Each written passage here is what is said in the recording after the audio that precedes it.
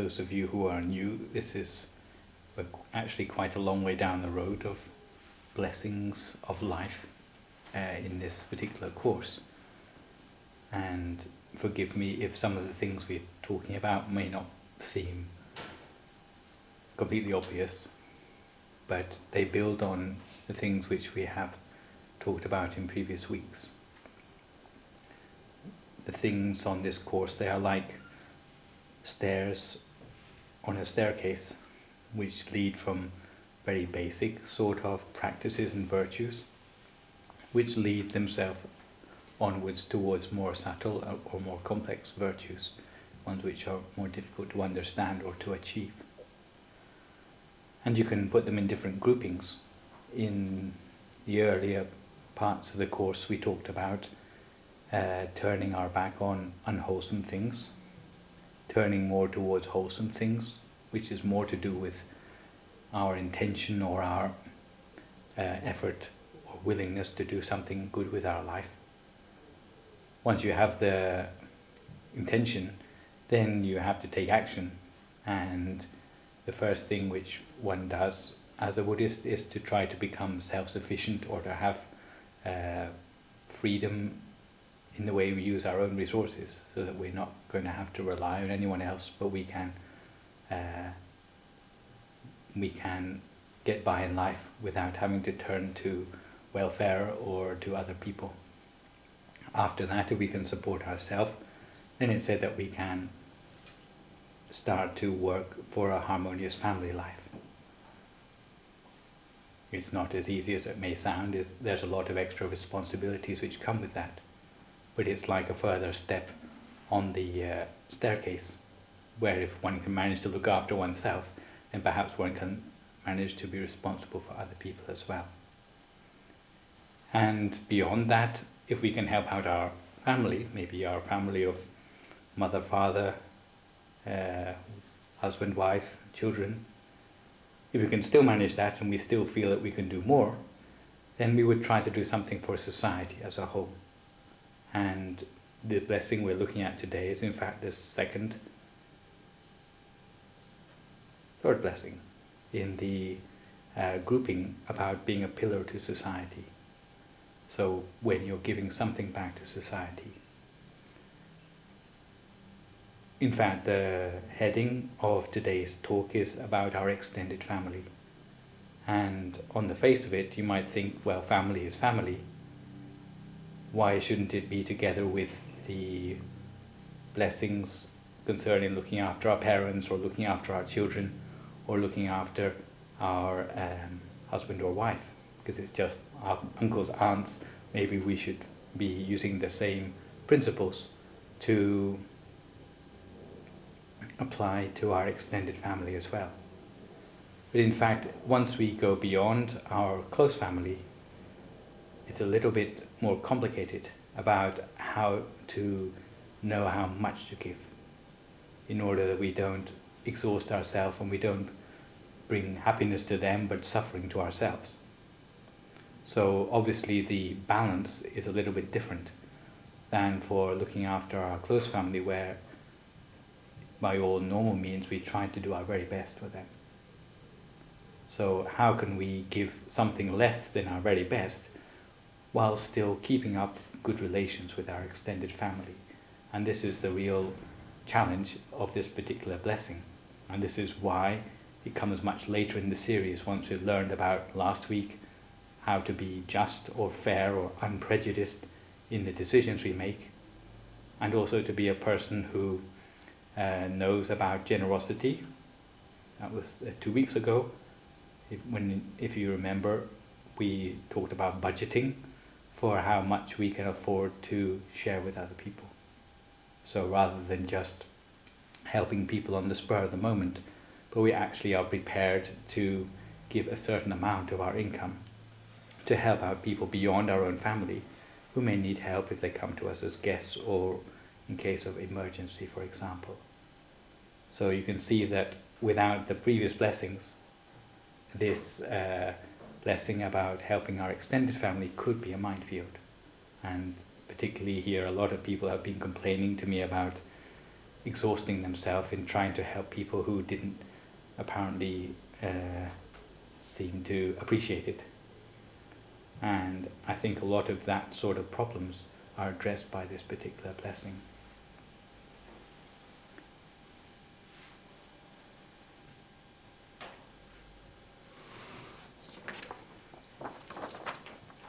So who exactly are our extended family? Basically, it would be anyone who is outside of our own parents or parents-in-law, our own children, and our own husband or wife. So does that mean the whole of the rest of the world is our extended family? Potentially, yes. But normally we would apply it to our blood relatives, maybe to our close friends, possibly even to our fellow practitioners at any particular place of worship we go to. And the distinction between our close family and our extended family is that for our extended family we would help as much as it's convenient for us to do so. Whereas for our close family, even if it's not convenient for us, we would still do our very best to help them anyway. So it's like for our extended family we have something which we keep back. And this is why for our close family we call it unconditional love. But for our extended family it might be with its conditions attached. It's not that we are greedy or stingy, but we are realistic. And for a person who has more means available to them, maybe they can afford to help a wider extended family than a person who has less means at their disposal. Sometimes you don't really know who your own extended family is. But it's said that one sure way to find out is when you are in trouble. And if you're in trouble, then if a person is really part of your extended family, then they'll be the one who comes forward to give you a helping hand. And in this connection, there's a story about the building of our own temple in Thailand, where after a lot of construction work and a lot of wooden scaffolding like they use in Thailand, they eventually took the scaffolding down and all the buildings in the temple were finished. And one boy who had been helping as a volunteer in the temple to do a lot of this building work was given all the old wood from the scaffolding by the vice abbot. And the vice abbot said, we appreciate your help this time. Go and ask around your extended family and take this wood and maybe make your first house with it. So the boy thought to himself, well, I'm quite well connected in this village. I'm related to nearly everyone in this village, so that I should have no shortage of people to help me to build up all this wood into a house. But when he asked around, everyone was busy or had excuses, and it turned out there were only 2 people in the village who offered their help at all, to hire a carpenter or to give him the nails or whatever he needed to make the wood into a house. One was a brother-in-law, and the other person was someone who had come to stay in his home when he'd first come into that village from another province. So if you were to ask who were the real extended family of this guy, it wouldn't be the ones who didn't help out. They came in the guise of even strangers. The ones who stepped in to give him a helping hand, those are his true family, true extended family at least. So if you ever wonder about your own extended family and how far it extends, then start noticing whenever you're in difficulty about who is the one who steps in to help. But just as other people might step in to help on occasion that we need we're in trouble of a certain sort, then it would be those sort of opportunities when we might step in to help extended members of our extended family as well. Last time, really in fact several times in the course of the last few blessings, we talked about the emotional bank account, or the 4 bases of sympathy. Hopefully you can start to become familiar with them.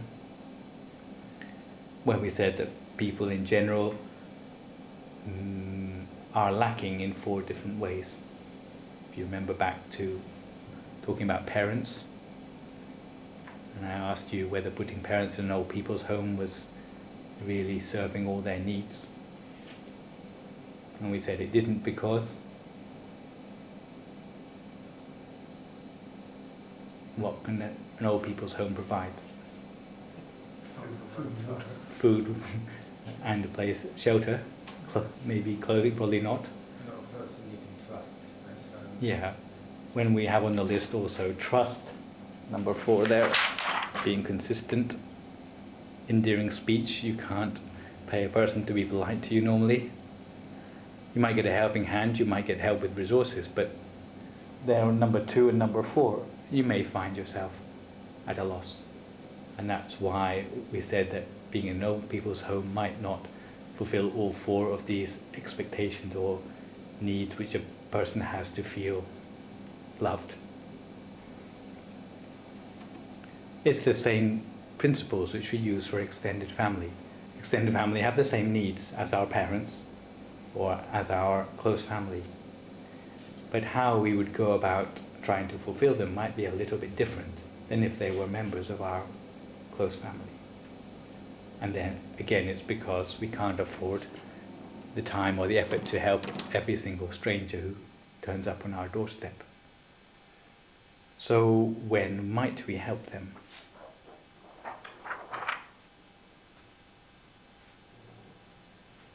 When they're completely desperate. You have to wait till they're really desperate? Well, that's one time when they can. Well, here's some suggestions. Firstly, when they fall on hard times. So if they've been bankrupted and they've got nowhere to stay and the bailiffs have taken all their furniture away and they turn up on our doorstep, although we might not help them every day, but that might be a good time to help them.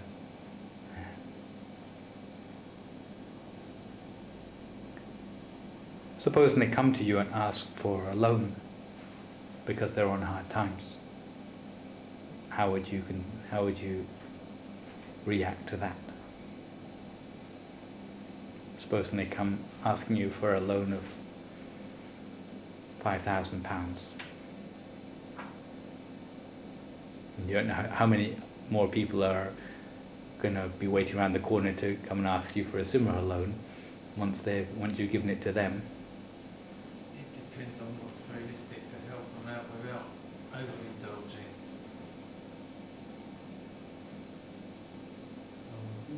Would you give someone a loan of £5,000? Depends how much I had.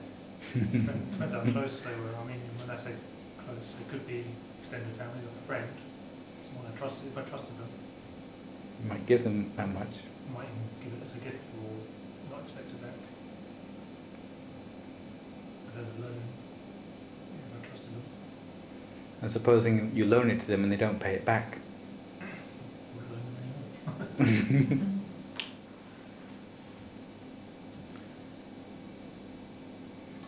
My philosophy has always been not to mix family and friends with finances.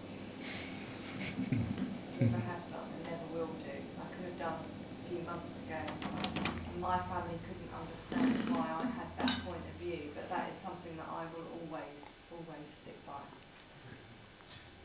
Not until this person. I mean, I think outside of that, I think if I was going to help somebody out, I wouldn't necessarily expect it back. Well, there are ways to help people out money-wise without appearing callous. And for this example of £5,000, you might do something like this. You might say, well, look, you need £5,000. Here's 500. And here's another 9 people who you could also ask for 500. And you don't need to bother paying it back. So that if they don't pay it back, then at least you don't lose a friend. Yeah. I think That's one way of doing it. And it's not callous because you haven't turned them away empty-handed. And this is the sort of logic which we use for extended family. Normally in Britain people don't come asking for money, but in non-welfare societies it's a necessity, and people have to have money to get by sometimes. There's no safety net, so you are the safety net in such a case. Supposing you didn't have that much money, if you didn't even have 500, you might give them the bus fare to go to another place where they could ask for it. You're still helping them in some way. I think it depends on that person's how much they are in need, because I don't mix finances with family and friends when it's not really about somebody's fallen on hard times. I just won't entertain that.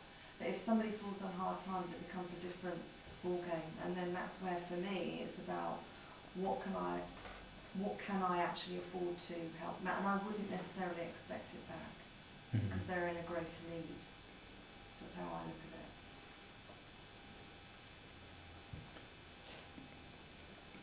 at it. Okay, let's look at some other opportunities as well.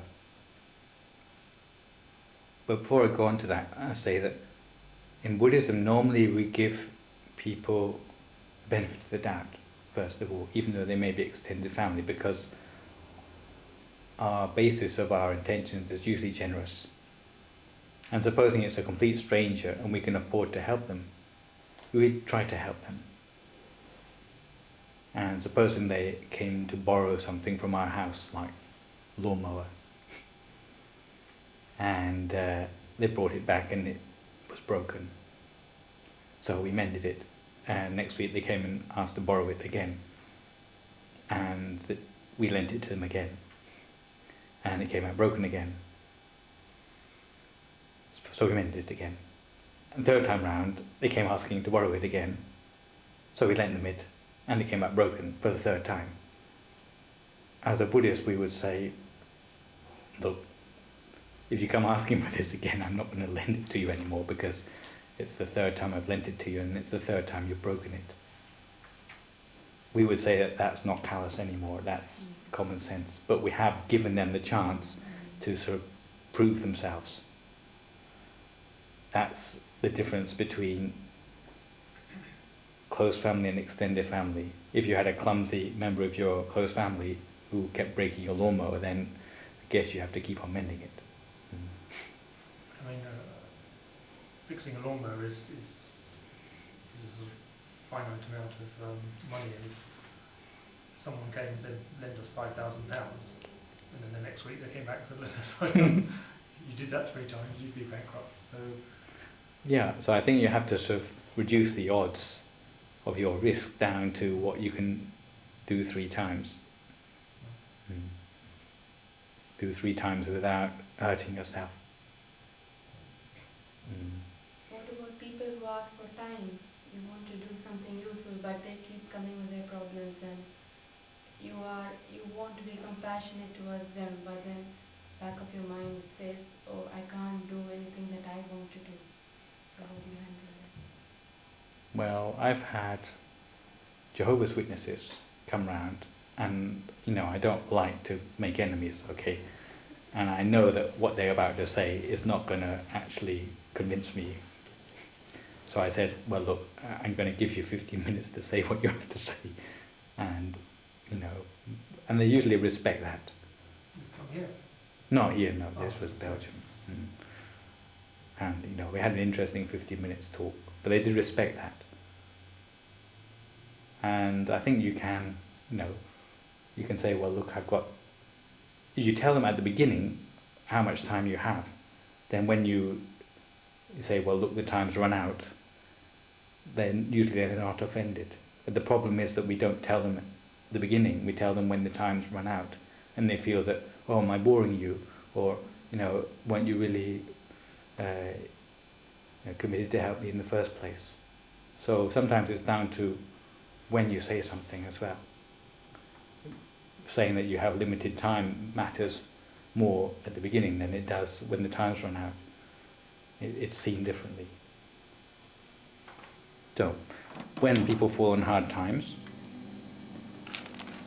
when people are setting themselves up in life, for example, a friend's moving out into their first house.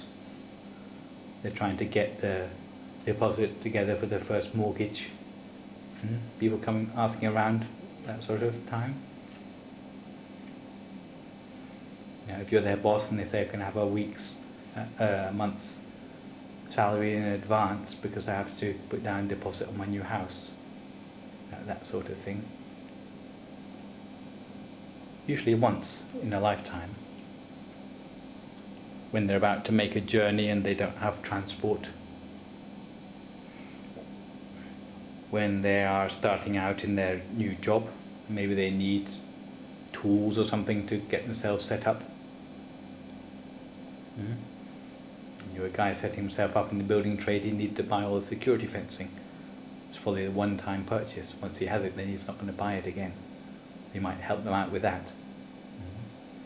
because they're not going to come back a second time for the same thing. When they get ill, sick visits, visiting people in hospital. Usually people aren't ill the whole time, but if they are if they are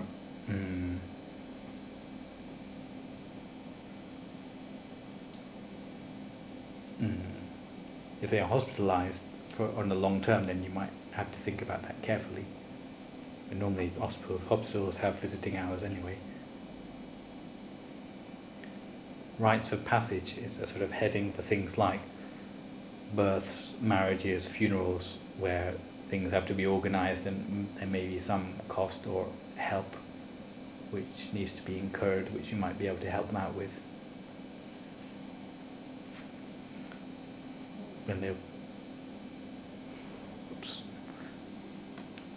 When they appear in court or they're accused of something they haven't done and you pay their bail. Never happens.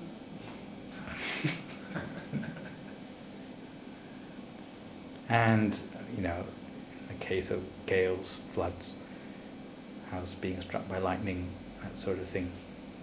These are opportunities where, even though you might not help them the whole of their life, some distant cousin or something, but if these sort of things happen, you might consider going out of your way to help them. It's a one-off sort of thing. Do Buddhists organise and run orphanages and so on in places like Thailand, or are they maybe always associated with being in the temple? A lot of these things are part and parcel of the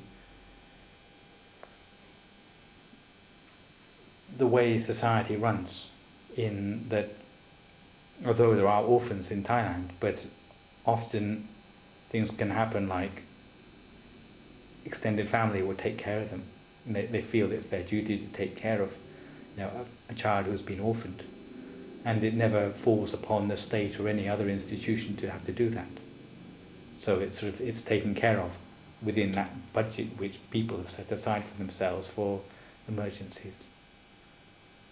And even words like babysitter don't actually exist in Thai language. Why? Because no one has to pay anyone to come and do this, you see. The way society runs is that people look out for one another.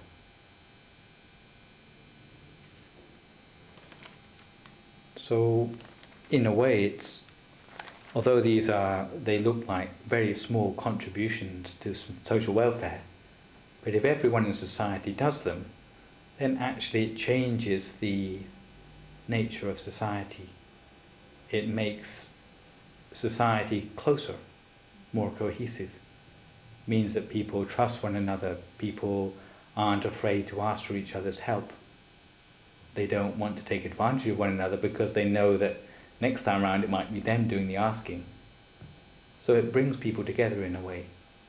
And although you might say that these bonds are rather loose compared with the bonds for close family, but they are nevertheless bonds. And it means that in any community, people have a lot of favours in common, which bring them together.